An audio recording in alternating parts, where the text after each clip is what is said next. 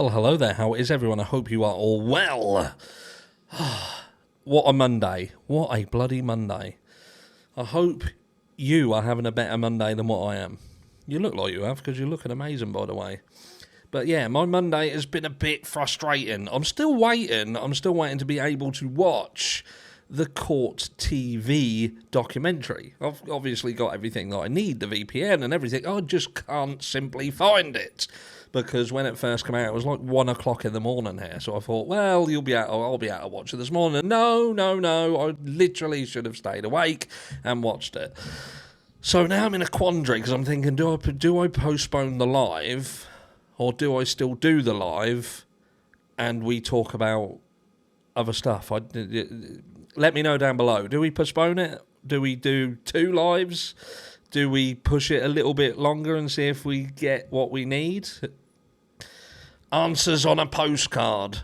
But anyway, I did want to just talk about this. We talk about legacy media in the Idaho 4 case, and not just the Idaho 4 case. We talk about media in all of the cases, all of the big cases, the cases that obviously get the attention, because there's so many of these types of cases that we don't ever get to see.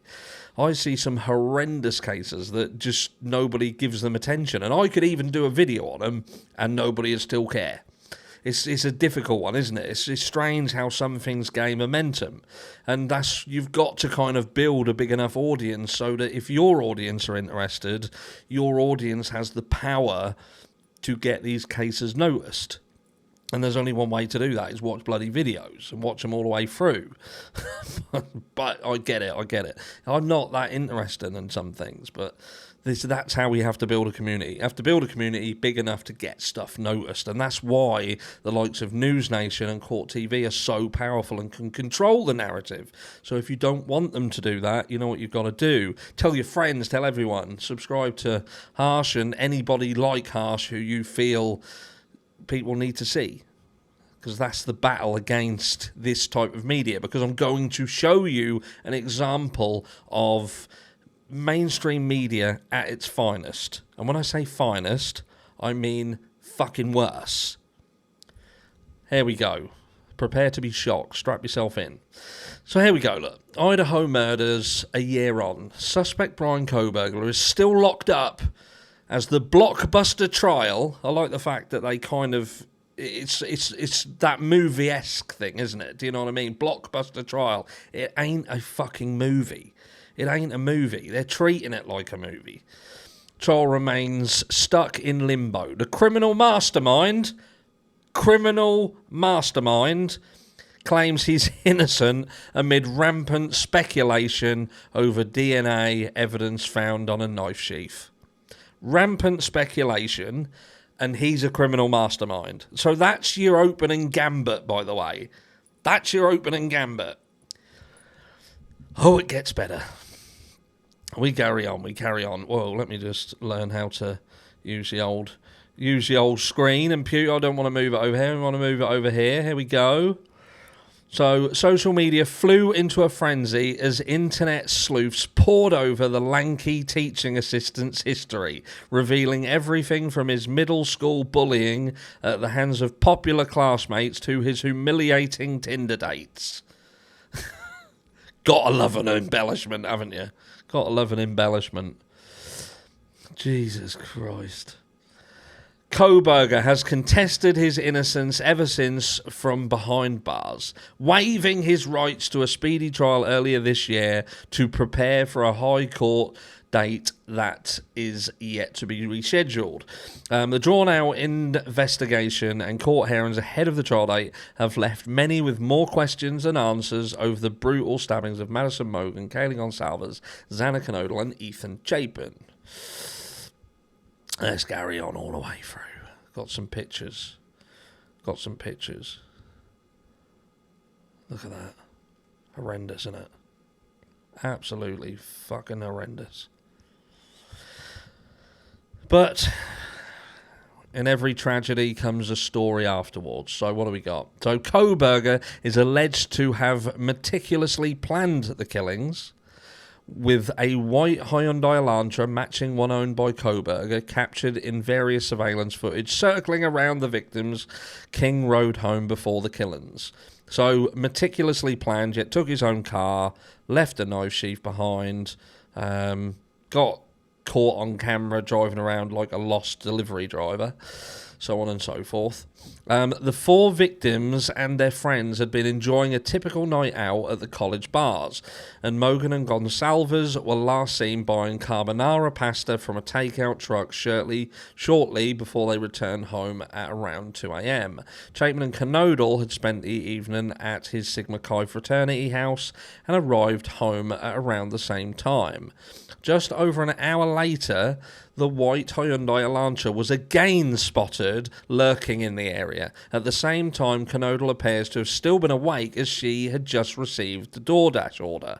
Investigators also determined that she had been playing TikTok at around the same moment the white Hyundai was seen performing a 3-point turn in the street outside at 4:04 a.m. So this is about those finer details, isn't it? So we know that that's not the time that she was on TikTok. It was about 12 minutes past, was it? Koberger's phone had been turned off in Pullman at 2:47 a.m, where he lived around 10 miles from the murder house in Moscow, and turned back on again at 4:48, south of Moscow on the route back to Pullman. So they've obviously got more information than anybody else because they know that the phone was definitely turned off. The victim's surviving roommate, Dylan Mortensen, later told police she was also awake at the time and even heard what was likely the sounds of murders taking place in the room upstairs. I'm going to read that again. So the victim's surviving roommate, Dylan Mortensen, later told police she was also awake at the time and even heard what was likely the sounds of the murders taking place in the room upstairs. This is where this now goes bizarre. "Calm down, you're being loud," she reported, yelled around 4 a.m, in addition to "I'm trying to sleep." So here we're saying 4 a.m. Again, it's these little details. After she heard the questionable sounds slamming around the house in the dead of night, Mortensen said a male voice upstairs said something to the effect of, "It's okay." I'm just making sure that you've got that on the screen. "It's okay, I'm going to help you." Surveillance cameras later picked up what was deemed to be someone sobbing, a loud thud, and a dog barking at 4:17 a.m. Got some more pictures. Now check this out, look. So suspect arrives on King Road in Moscow, Idaho at 3:29 a.m. Killer quietly breaks into the house just before 4 a.m. So he's in the house just before 4 a.m, by the way. Gets into Xana Knodel, and this is brand new, by the way, this is a brand new report. Look, if we go all the way to the top here, this is 12th of November, 2023. Okay, so this is new. This ain't fucking old. This is new. Brand spanking, straight, hot off the press, new. So, killer quietly breaks into the house just before 4 a.m. They've just said that the car was outside turning round, and that was 4 minutes past. Goes into Xana Knodel's bedroom. The murderer stabs Xana and her boyfriend Ethan Chapman to death in her bed. He then snuck up to the 3rd floor. Killer then knifed Kaylee Gonsalves and Madison Mogan to death in the bed. So they also know something different about the order. And the surviving housemate, Dylan Mortensen, says masked man walks past her, so coming down the stairs, this clearly is now, and she says the killer slipped out the back sliding glass doors and fled at around 4:25 a.m. when we know that the car was caught on camera going down the road at 4:20. Again, it's just these little details, but what I'm trying to get at, that is complete bollocks, isn't it? This bit here, complete and utter shite. And then you've got, in his own defence, Koberger's presented an alibi that he was driving alone all evening, and his lawyer says he had a long habit of going for drives alone. What's up the top here? In a move that led numerous questions in the year since the murders, Mortensen says she opened her bedroom door to investigate the sounds and was stunned to come face to face with an intruder. Dressed in black, wearing a mask. She claims the killer walked straight past her and exited out the sliding glass door at the back of the house, leaving her frozen in fear, and nobody called 911 for over 7 hours. No, because they were waiting for her to fall the fuck out, clearly. At 4:20 a.m, are you sure? The white Honda alarms was seen again. Well, up there you said that it was 4:25. I'm just being panicky now. But the point being, again, this is just absolute and utter shite. There we go. I could go on. It's lunacy. Utter lunacy. But there you have it. There is me, and this is the stuff that people are reading. They are reading this stuff, and they are taking it as gospel because it's there. And why would they print something that just wasn't right? Do you know what I mean?